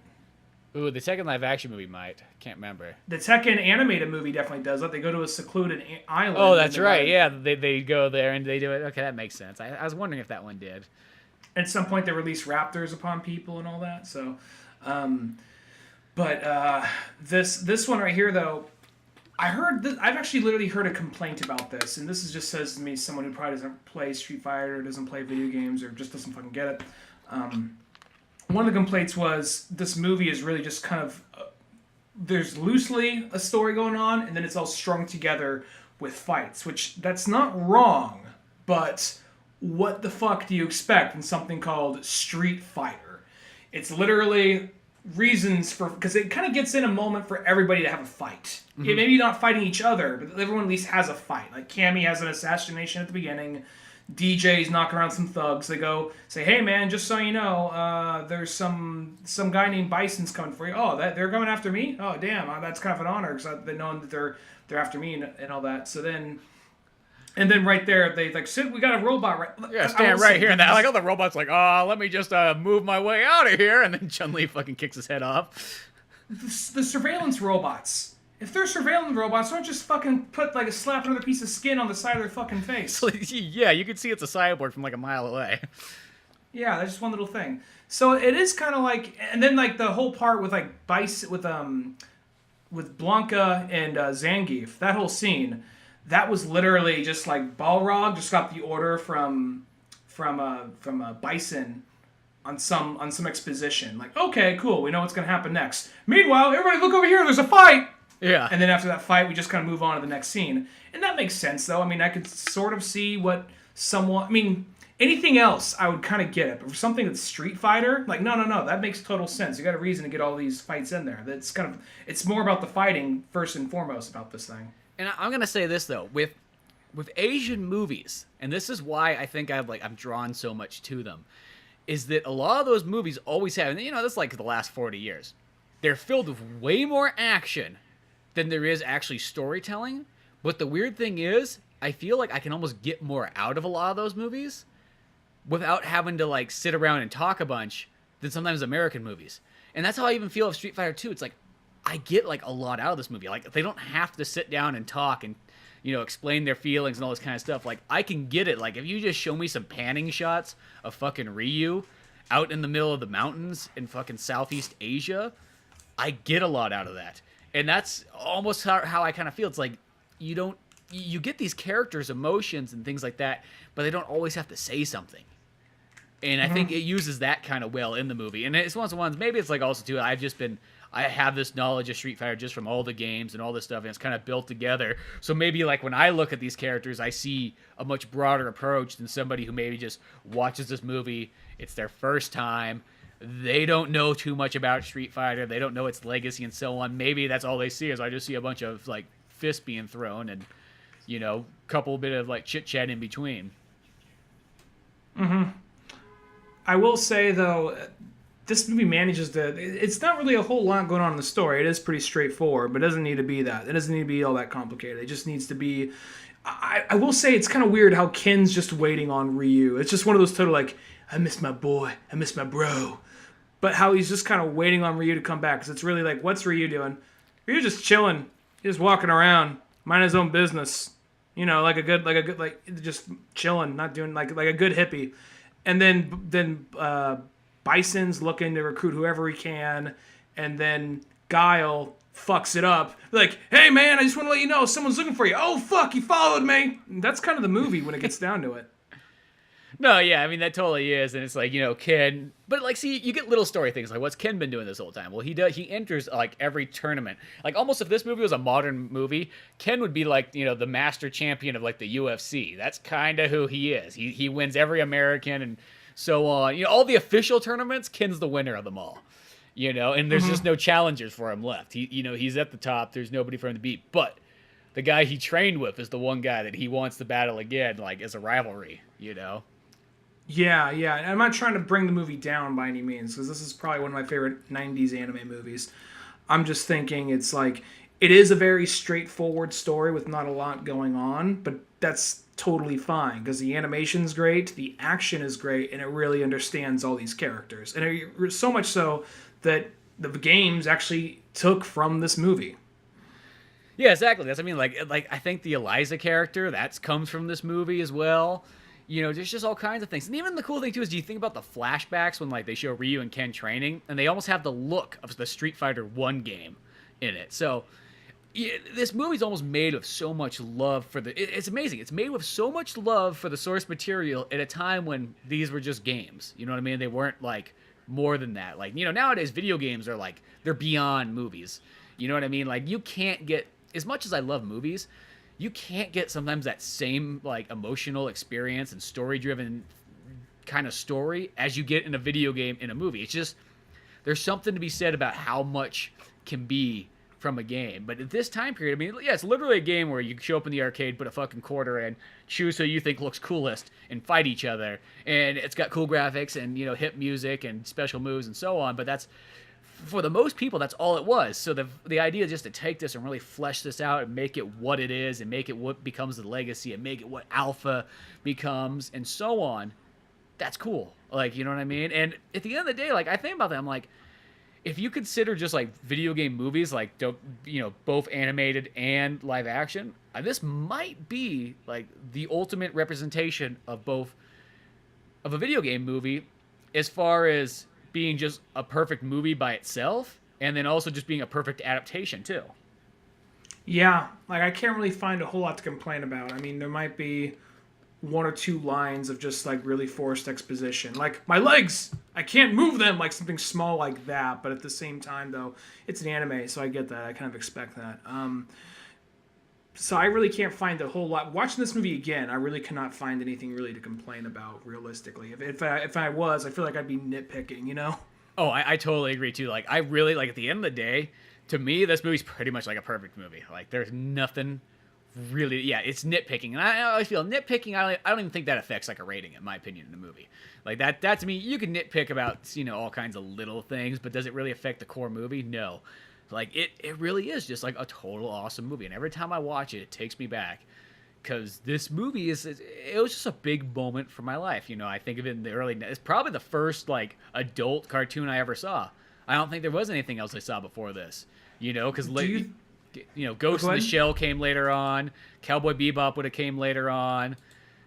Vampire Hunter D and so on. Like, this movie, predates all that stuff from like my upbringing. Yeah, I know that they actually brought on a martial arts expert to help choreograph the fights.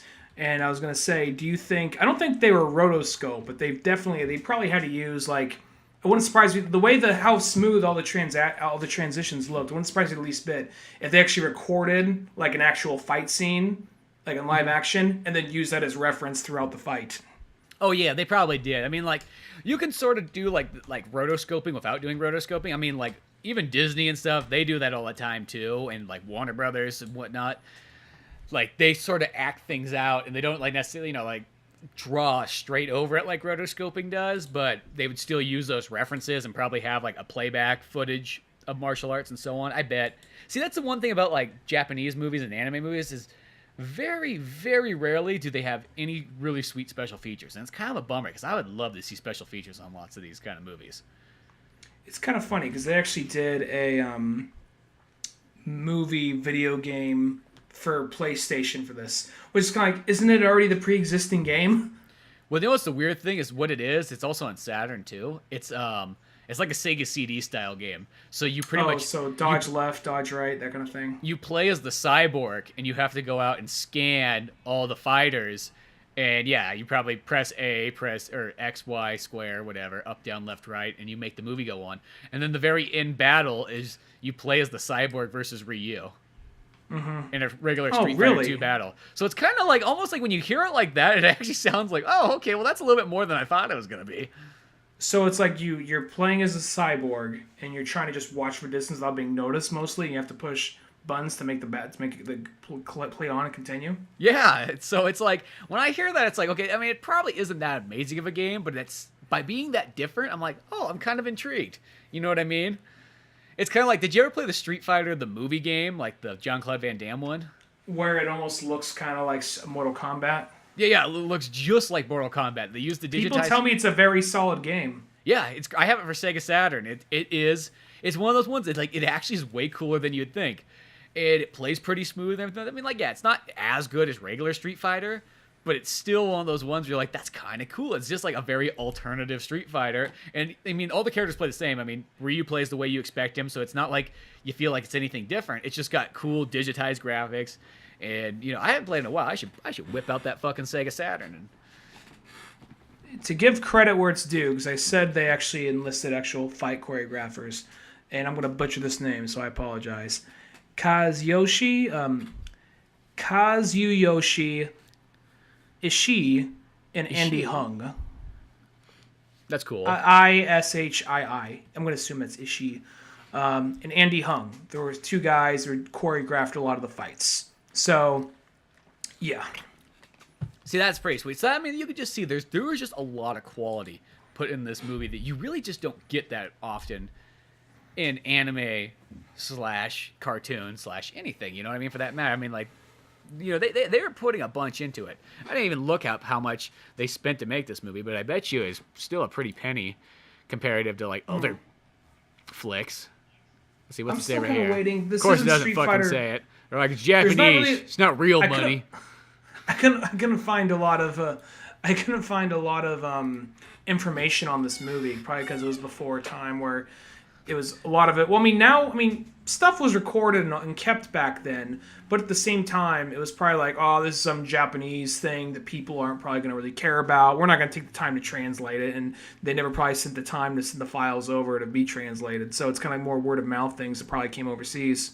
Yeah, and that kind of comes to, like, back to what I was saying about, like, how movies don't have special features. Does this Street Fighter have any special features on the one you have? I mean, it's just kind of your average. I mean, animes don't usually have that many great special features. And going back and off my memory, it doesn't have a whole lot. It has like some trailers and some TV spots for when it came out in England. And yeah. I don't believe it had anything around the lines of it has, you know, like interactive character bios, like that type of shit. But I don't think it had anything like the making of, which I wouldn't mind seeing more making of on animes, just because I don't feel like they really do that at least they don't put it on the American DVD or Blu-ray. At least they haven't in a while, because most recent stuff I've been seeing is much more shonen and kids in school uniforms and that kind of shit. So. But yeah, I mean, like, even like in the special, you know, I think of like other like anime ones, like the special edition of Cowboy Bebop, like. It's like, this is like about, if you're lucky, this is the closest thing you'll get, is they have, like, you know, interview with the voice actors, and it's like, that's, you know, I mean, that's fine. I mean, like, that's cool for Cowboy Bebop, but for the most part, it's like the voice actors, it's like lots of those guys don't even remember fucking showing up. You know what I mean? They're like, I don't know, I fucking was recording 15 shows at that time period. It was just one of them. I just came up and opened my mouth, words came out, I went home. It's, you know what I mean? Like. So a lot of the times, Steve Blum seems like he remembers pretty well. He loves Spike. Well, no, well, yeah, that's different from Cowboy Bebop. But like a lot of those guys, like they just don't remember certain shows they did. Even like guys, I really appreciate. I mean, it's understandable when you're doing that much work. So it's like one of those ones, like, that's not the same kind of making of. Like, this is kind of weird because this isn't an anime, but it's close. I remember like a really sweet Japanese making of I saw was actually on Resident Evil 5. Like, it came with the special edition, and it had like a 30-minute like behind the scenes of making of, and, you know, explain the technology and all the kind of different things and how they got the shots and so on. It's just like, more of this. Why don't we see this very often from, you know, Japan? It's like, I'm assuming they must be making that stuff, and somebody in America just doesn't want to translate it. That's all I think about. But it's like, you know, you even get like a Miyazaki movie, and very rarely do those even have special features on them either. It's like, they might have an interview with the Disney cast. It's like, oh, fuck themselves. Where the fuck is like the, you know, get fucking Miyazaki out here. And, you know, every once in a while they'll have one where it's just like Miyazaki just sitting there like talking in Japanese for 10 minutes. Very like subtle, like why he likes Lupin the Third. And why he hates the industry and its fans. Yeah. Yeah, because they want him to always do special features. But there's never like, because here's the thing. Disney has fucking like awesome special features for their movies where it's just like some guy's fucking drawing. He's like, oh, I didn't see you come in here. It's like, oh, it's like, throw these jerk off rags away. Okay, well, you want to see the studio? Come on, let's go take a look. It's like, I want to see that for like Japanese ones. It's like, oh, I didn't see you come in here. Come on, let's go check the studio. There was this really, I didn't finish it, but I was really enjoying it. There's this great documentary called, I think, The Kingdom of Dreams and Madness, something like that. Mm-hmm. And it's a documentary about the workings of Studio Ghibli. And it's following Miyazaki around on, like, the last movie he actually was involved with, which was... The Wind Rises? The Wind Rises, yeah. And it was awesome. interesting. At some point, they show him, like, sitting there and bullshitting with... one of his old proteges, the guy, I forgot, Ano Hano, I forget what his name is, but the guy who made Evangelion. Mm-hmm. So it's just kind of, you know, that's just kind of interesting. Kind of like, wait, like, I just recognize the name, and I stopped, I stopped looking, like, oh shit, that's the Evangelion dude. So, and him just talking about his philosophy and about making, and it was kind of interesting because he's one of those guys that actually that actually went into anime. Like he was originally like into political science and what was it? Political science and like earth science as well, and then somehow tripped in to animation, and then that shit came out through his narrative, and he was actually angry that a lot more modern anime is just more repeating the same stuff. Like, well, this is an homage to this thing I grew up on, or this is an homage to the thing that I grew up on. Where he says, back when I did it, it was just us making what was around us. We are experiencing the world. Anime is detached from real life now because it's so over the top and so bombastic. Yeah, I mean, and that's kind of, I see that problem going on right now in movies and TV shows and things like that. Like, there's too much of these kind of shows coming out and slash movies where it's just somebody going like, remember how cool the 80s was? Well, I just want to make a show about like how I wish my 80s life would have been. And it's like, here's me doing all my favorite 80s things, and I want to have all these like references. And I almost feel some of these shows, like, I feel like they're almost made just to have reference. They're not necessarily made like, I mean, it's one thing to go like to have like a moment where you're like, you know, oh, I want to have this like Lethal Weapon moment or something like that. That's cool. But when you kind of have a show where it almost just looks like you really just wanted to, you know, like I use this example. The Steven Spielberg movie really has like, I mean, that Ready Player One. It's just that guy that wrote it. It's like he just wanted to have a DeLorean in his story, and he just wanted to have the Titan AE robot and so on, and all these, or not Titan AE, I mean, fucking Iron Giant, you know, and so on. And it's not saying that that can't be good, but sometimes I see that stuff and it's just like, are you just referencing just the reference because you like it, or is that actually effective for your story? I'll say I know what you're talking about. Stranger Things is one that I think's pretty good. Yeah, because Stranger Things, that's another example. I mean, they advertise the movie is just 4 kids standing in Ghostbusters outfits. And well, that's a quick scene. It doesn't really. It's Halloween. So. But that's the thing, though. Is it's advertised as that. I'm not talking about how long the scene is. It's advertised as that. So it's almost like I look at that and it's like, I wish I was Ghostbusters 3 is what it just looks like to me. Like, we want to make Ghostbusters, but this isn't Ghostbusters. And it's not saying the show is that, but what I'm saying is it's almost like it can't ride off of just like, here's the Stranger Things boys. You know what I mean? Like, here's the Stranger Things boys in their outfits that are Ghostbusters. Without going too much into that, not going too much into that, you said if it fits the story. That actually does fit the story because they're like the nerdy kids at school. And they go like, okay, man, they're all amped up. They're excited. It's Halloween. They go in. They're the only ones in outfits. Like, what the fuck? Like, what happened? Like, no one dresses up in their Halloween costumes anymore, guys. What are you doing? Like, and they're like, they all have to go to different classes. So just like, oh man, it looks weird if we're not all standing together at least, you know. So so it's kind of like it actually does play a part of the story. It does. Play I'm not saying like it's literally just shoehorned in there, but there's also like the Goldbergs is like I think an example that just tries too hard. Yeah, that's another show that just like they shoehorn because I've never seen the show, but you like every once in a while you'll catch a commercial for it. And it's just like this week we're doing like the it's not Stand By. Well, yeah, we're doing the Stand By Me episode, and then this week we're doing the Top Gun episode, and it's just like when I see that kind of stuff, it's like you're literally just riding off the hopes that somebody goes, I like Top Gun, maybe I'll check this episode out. And it just, I don't know, it almost comes back to like, I think of Robin Williams and Aladdin, and it's be yourself. And I know that sounds fucking corny and weird, but that's what I think of, is like, be your fucking self. You're not fucking Prince Ali, you're fucking Aladdin. Own up to that shit and just come out there and just like whip your dick out and hope that tiger doesn't bite it off. But that's just that was in the original draft. Yeah, just whip your dick out. Look, I appreciate the bravery, but let's pump the brakes a minute and let's just go another go. Come on, man. The kids need to hear this shit. Well, we could have them. The kids could hear this stuff, but we could just change some of the verbs, some of the adjectives, and some of the nouns around, and it's gonna come out just fine. Get the same message across. Don't you worry. Like, oh man, this is a bunch of bullshit. Like, we're not allowed to swear here in Disney. Only the mouse can swear. Yeah, only the mouse can swear.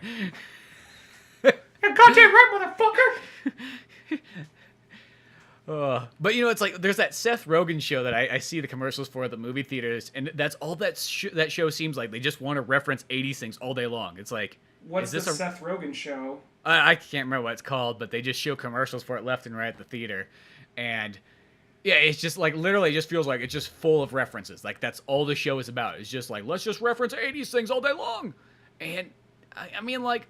I get it's like you like that stuff. I mean, I like '80s and '90s things too.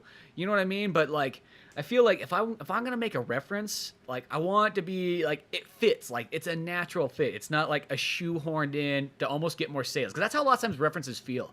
Is when I see somebody, it's like because I think in that one they're making some kind of like movie in the TV show or something like that, and it's almost kind of like let's say it's like RoboCop-ish. I can't fucking remember, but like. They just get too into that, and it's just kind of, I don't know. I look at that sort of stuff, and it feels weird. And I think that's what that is coming all back around to Street Fighter and all that stuff, like, and talk about anime, is I think too many people, like, they see things that they like, and they almost just want to redo what they like. And we've seen this before. Like, this perfect example is Comic-Cons, and you see some of the independent artists, and you see some of their books, and you open them up, and you literally open things like, I wish I was G.I. Joe, or I wish I was Dragon Ball Z, or I wish I was Batman.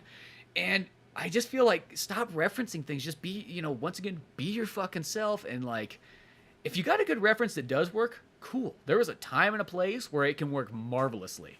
But there's many a times where I feel like a lot of people, they just wish they were creating something that's not theirs.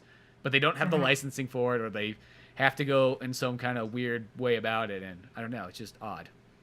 No, I get you. And that's what Miyazaki was basically saying. He was saying that it's just like a lot of the anime industry and a lot of other things just have this tendency to completely recycle itself to the point of like everyone's just making an homage from stuff that they're the people before they're homaging and all that, and it just cannibalizing. He says like the way people act in anime, they don't fucking act like that in real life. People, I think he said something like, people assume this is how Japanese people act because it's in our anime, but it's just the anime just keep on ripping each other off. So it's just detached from reality, and it's like one of those things. I still like anime, but I get what he's saying because there is this kind of like uncanny thing that you just see in a lot of anime sometimes. Yeah, and the thing is, you can always say is like a Miyazaki movie's there's always something way different about a Miyazaki movie than a lot of other animes, and I think that's what makes. Well, it's even. Oh, go ahead. Sorry. Oh, I was just gonna say, I think that's also what makes his movies sell a little bit easier to like a Western audience, is that it has a little bit more like even if it could be like hardcore Japanese like storytelling, it generally is something that's like, oh, okay, it's not over the top, it's not weird, it's still like easily digestible story, I guess you can say, that's executed very well. And I'm going to bring this back to Street Fighter in a second, but a good example of like a Miyazaki anime, for instance, is like he'll like let you know what a character is about in like within 1 minute, sometimes before you even see him. He uses like a lot of that really old school filmmaking techniques. Like when in Porco Rosso, before you even see his face, he's just, sitting there sleeping.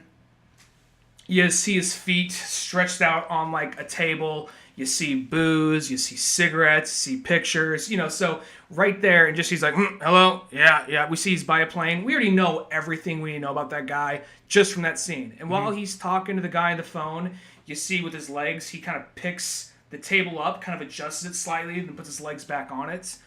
Like, you don't usually see those kind of small, subtle animations in other anime, not too frequently. And I'll say that this might seem a little shoehorned in, but Street Fighter, not to the level of Miyazaki movie, this movie has some of those things, though, I noticed. Like some of those small little subtlety, like right when Cammy, here's the funny thing, the guy Cammy assassinates at the beginning, he has the same last name as the guy who produced the live-action Street Fighter movie. Yeah, anyway, I thought that was kind of funny, too. When she goes to him, and she looks him in the eye for a minute, she gets like a faint smirk, like, It's very, very subtle, and it's not even kind of like a very exaggerated, but it's just a very faint, subtle smirk, and but her eyes almost look like these creepy, like doll-like eyes, and it's just like some small things like that are what you don't really see in anime too much. And I know a lot of people right now are thinking, what are you talking about, like a subtle smirk? Every time like a bad guy dodges an attack, like, you haven't seen my final form. Not that. But it's so subtle, though. It's like one of those things, like, when you see this movie, you'll know what I'm talking about. Or other aspects of just, like some of Ken's mannerisms when he's with Eliza. And I'll even say this. I think Street Fighter 2 actually is on the same level as Miyazaki. I know some people might go, that's fucking blasphemy. But I'm like, no, dude, that animation is fucking top-notch. story-wise, I think it's fucking awesome. It's like, yeah, you know what I mean? Like, I think it is up there. And if anybody maybe says, like, anything corny, I go, well, it could be a dub issue. That might be about the only thing where someone might be able to kind of nitpick that. But at the same time, it's like, I don't know. It's one of those ones, like, I think it is, like, same. I'll say I like this movie more than a lot of Miyazaki movies, and I love Miyazaki, but like I would say I'd like Street Fighter a little bit more. That might just because it has a little bit more legacy. I definitely like this one more. I definitely like this one more than the Secret World of Arietti. Definitely. Oh yeah, that's still a good movie, but yeah. You know, I mean, hell, I don't know. It's like the only one that might like compete for it with me is maybe like Princess Mononoke, but God, I'll say this: I think I still like Street Fighter more than that one. I love fucking Princess Mononoke, but. I mean, once again, it's Street Fighter. It's got Ryu and fucking Ken. It's got the lifestyle I wish I had, so maybe that's the reason. I mean, I don't know. I really love Nausicaa and the Valley of the Winds. That's a great one. Princess Mononoke and... I mean, they're all great, but I don't know. I think I like Street Fighter. I mean, once again, I think I'm also basing the legacy of everything Street Fighter probably into it. It's got more of an impact. It's not like these other ones have everything, but... Yeah, it's not... just... Nausicaa, Valley of the Wind just needs to step up their game and make more video games and make more books, and maybe they have to have more to compete against. Exactly. Well, that's also an old movie too. By this point, that's like Miyazaki's like second movie, the first Studio Ghibli one. I just like something about that '80s that '80s anime style, you know. Oh yeah, no, I love '80s anime. It's like one of my favorite things. That and I love '70s anime a lot too. When people go, that's fucking weird, but it's like I don't know what it is. Like Japan was always way ahead compared to like American stuff. You know, like '60s animation in America is great, but sometimes '70s and '80s animation is fucking weird in America. It's just because everybody like gave up at a point. Not saying there's not good stuff, but like in Japan, if we ever do, we gotta ask him first. But if we ever do a retrospect on Vampire Hunter D, we gotta see if Frank wants to come back on. Oh yeah, because he likes that one. So I was thinking about that because I started, you know, like once you start doing one movie, you start thinking about other things. I'm like, you know. Fucking Vampire Hunter D would be sick to do. You know, another one that would be pretty awesome would be I like Bloodlust. I think I actually like Bloodlust more, but I still like the art style and the look and even the story of the original '80s one too. Oh yeah, I think the art's my favorite part about Vampire Hunter D. I'll say I actually think like the art and the look of it outweighs the movie itself, but it's still a cool one. You know, something like another one I pulled it out that. Because you might not have it, but the upside to anime movies is you can pretty much watch them all off YouTube, so it makes it kind of easy if you don't have one. But I was thinking like the Fatal Fury movie, because that one's actually really good too. That feels very... I'd actually never seen that one. I'd be curious about that one. Fatal Fury always just seemed kind of like, we wish we were Street Fighter. And I know it's been long enough. It probably has its own voice, and it's a good game. But it's like, Terry, you're not Ken. Come on. I don't care how long your hair gets, you ain't Ken. Well, I'll say it's like one of those ones like Fatal Fury really is like we wish we were Street Fighter, but I still love Fatal Fury and King of Fighters a lot. I mean, like it's Street Fighter's still ahead of it, but you fucking give me a King of Fighters game and I am fucking there. Like I love King of Fighters. Oh, Capcom versus SNK is such a fun game. Yeah, exactly. I love that game too. So it's like one of those ones like, and I like those characters a lot, but the Fatal Fury movie is pretty fucking awesome. Like, I'm not gonna lie. Mm-hmm. And that one still holds up because I watched it only a couple of years ago too, and it's like pretty sweet. But we talked about Street Fighter for quite a long time, and also sadly enough, we were supposed to have Wes from the Via VHS podcast on this episode, and due to his moving situation and his internet was just giving him trouble, which we totally understand. We know the fucking internet trouble, but we weren't able to have him on, which is kind of a bummer because apparently it was his first time watching Street Fighter 2. I didn't realize that, but. It's like, oh, okay. I think at first he thought we meant like the Street Fighter movie, and I've even sent another like Twitter message, and I was like, I just want to make sure it's the animated one, and he got that too. But yeah, so we're gonna have to have him on again soon. I don't know what movie we'll do, but we'll find something. I try to pick like a random movie that's not on his podcast list, so that we can have something fun to watch between all of us. But we'll have to have him on and go from there. But Street Fighter 2, if you haven't seen it in a while, I mean, you can watch it on YouTube if you want, but you're probably better off getting a Blu-ray and getting a good copy of it, getting something that's going to look nice on your screen, because this is like, it's not just any anime, it's like the anime. Uncut version if you can. Yeah, uncut one, which I think the Blu-ray one, if you go on Amazon, like the main Blu-ray one that comes up, that one should be totally fine. It's like $20 for some stupid reason, but other than that, though, it's at least good to go. But Yeah, check that out. Make sure to check out oldmanorange.com for more podcasts, cartoons, music, and more. Check out Pizza Boys, the comic. Pizza Boys with a Z. It's on both Amazon and Comixology. Good fun times to be had there. Until then, I'm Spencer Scott Holmes. And I'm Ryan Dunigan. We'll see you some other time. Later, folks. Thanks for listening to the Old Man Orange podcast. Check out our website at oldmanorange.com for even more podcasts, cartoons, videos, music, and more. Send us an email at oldmanorangepodcast@yahoo.com. Be sure to subscribe, share, rate, and review us on iTunes, Podomatic, or any of the other fine sites we might be located on. And if you want to help out even more, click on the Amazon or GameStop links on our webpage before you make any purchases there. Won't cost you a penny, but it sends us a little something our way. Thanks for listening, and tune in next week to Old Man Orange.